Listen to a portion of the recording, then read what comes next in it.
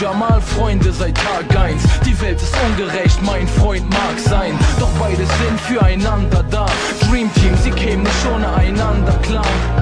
Rashid lebt mit 8 Geschwistern unter einem Dach. Ein guter Junge, der nur ganz selten Scheiße macht. Er spielt Fußball in der Oberliga und träumt von einer Karriere als Profispieler, denn er will, dass es seine Kinder einmal besser haben, an einem besseren Ort leben und besser schlafen. Sein Freund Jamal ist genau das Gegenteil. Er lebt bei seiner Mutter und teilweise im Pflegeheim. Denn Jamals Mutter ist nicht gerade die Beste. Sie wechselt ihre Männer öfter als ihre Unterwäsche. Bei jedem Männerbesuch schickt sie ihn raus zum Spielen, anstatt Jamal mit Liebe aufzuziehen. Nie vergisst er diesen einen Tag. Rashid und Jamal von der Wiege bis ins Grab. Gemeinsam sind sie stark, unzertrennlich und nie alleine. Rashid und Jamal, Brüder im Geiste. Nie vergisst er diesen einen Tag. Rashid und Jamal von der Wiege bis ins Grab. Gemeinsam sind sie stark, unzertrennlich und nie alleine. Rashid und Jamal, Brüder im Geiste.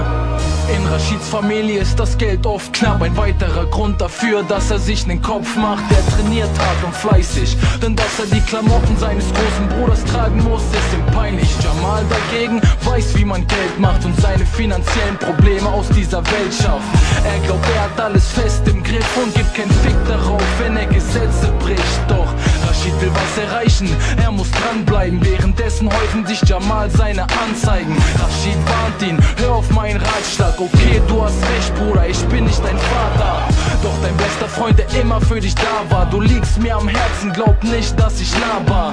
Doch Jamal ist ein Sturkopf seit klein auf. Links rein, rechts raus, richtig, er scheißt. Nie vergisst er diesen einen Tag. Rashid und Jamal von der Wiege bis ins Grab. Gemeinsam sind sie stark, unzertrennlich und nie alleine. Rashid und Jamal, Brüder im Geiste. Nie vergisst er diesen einen Tag. Rashid und Jamal von der Wiege bis ins Grab. Gemeinsam sind sie stark, unzertrennlich und nie alleine. Rashid und Jamal, Brüder im Geiste. Eines Morgens wacht Rashid nichts ahnend auf, zieht sich an und geht auf die Straße raus. Dort erreicht ihn sofort die Nachricht, die sein Blut gefrieren lässt und wie ein Schlag trifft. Sein bester Freund Jamal wurde gestern Nacht von 2 stadtbekannten Dealern umgebracht. Kreidebleich und mit Tränen im Gesicht schwört Rashid, diese Wichser erledige ich. Seine Freunde wollen ihm diese Idee ausreden. Denk an Fußball, Familie, du darfst nicht aufgeben. Doch Rashid weiß, Jamal hätte das Gleiche getan und so schmiedet er allein in den Plan. Er macht sich noch in der gleichen Nacht auf den Weg. 2 Uhr morgens, die Straßen sind leergefegt. Beim Dealer angekommen, klingelt er an die Tür unter dem Vorwand, er wolle ein paar Pillen kaufen. Er betritt die Wohnung, völlig wutentbrannt, sieht die beiden Typen und zieht kurzerhand eine Knarre hervor. Hallo ihr beiden Pisser, und drückt ab mit den Worten, das ist für Jamal, ihr Wichser.